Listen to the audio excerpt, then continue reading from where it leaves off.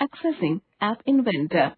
Log into the MIT App Inventor web interface by going to https://appinventor.mit.edu and clicking on Create Apps. Downloading App Simulator. App Simulator works on your Wi-Fi connection and displays the preview of your app. You can test the working of your app using the simulator.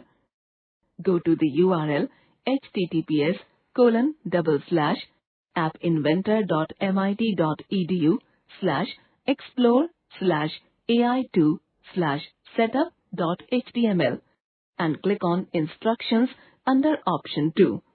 On the next page, click on Instructions for Windows. On the next page, click on Download the installer. After the download of the installer exe, double-click on it and follow screen instructions to install it. After installation, its icon will be created on the desktop. Double-click on it to launch the emulator. It will run in a window. Minimize it. Log in with your Google account. Click on Start New Project and give a unique, relevant name to the project, then click OK. Let us explore the process of app design and coding with an example. The app we are going to create has a tiny ball which moves by the help of directions buttons: up, left, down, right. After making this simple app, we shall learn how to add more functionality to it. Look at the screen shown here. There is a pink canvas, a tiny beach ball and 4 buttons. This is App Interface. Let us learn how do we create this.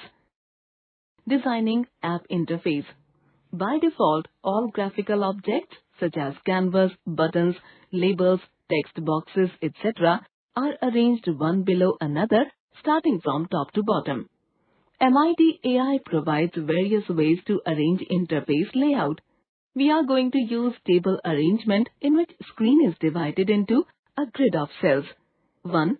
On left side in the palette, click Open Layout section and drag-drop table arrangement component to the blank screen shown in the middle. 2. On the right side in the Properties panel, you can see the properties of the table arrangement component. Set the columns to 1, height to 60%, width to fill parent and rows to 1. So we get a table of single cell, 1 column, 1 row, which is occupying full screen width and almost half the screen height. 3. Now let us add drawing canvas to this table. On left side in the palette, click Open Drawing and Animation section and drag-drop canvas into the newly created table. Remember, graphical objects like any image are added into the canvas to work. 4. On right side in the Properties panel for canvas, set background color to pink, height to 60% and width to 100%. 5. Next, on left side in the palette, click Open Drawing and Animation section and drag-drop image sprite into the canvas you just created. Notice that as you add graphical components to your app, the component panel is showing them as a hierarchy of which component is the container, parent of which other component. Remember, image sprite control is used to hold an image which we need to show. 6. In the Components panel, select Image Sprite 1 and click on Rename button at the bottom. Give the new name as beach_ball. Now, Components panel looks like this. 7. Select beach_ball and in the Properties panel, see its height and width to 25 each.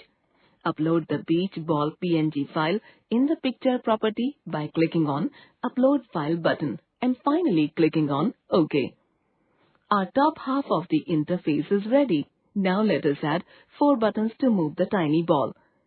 Note, you can download the absolutely free image of beach ball from https://beach-ball-beach-inflatable-beach-575425/.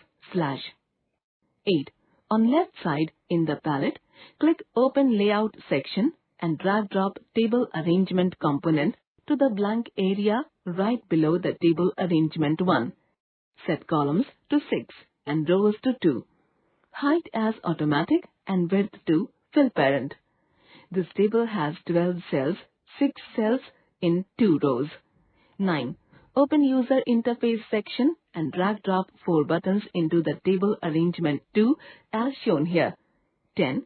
In Components panel, one by one select the buttons and rename them to up underscore button, right underscore button, down underscore button, and left underscore button.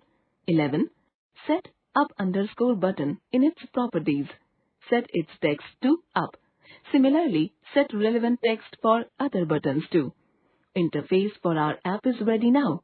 Let us add the functionality to our app now. When user clicks on any of the 4 buttons, the ball must move accordingly. When we click on any button, a message is generated for the app. This message helps the app decide what to do if button is clicked. In programming, such message is called event. Note: an event occurs due to user action or application. For example, button clicked, screen touched, drag, choice changed in a list, etc.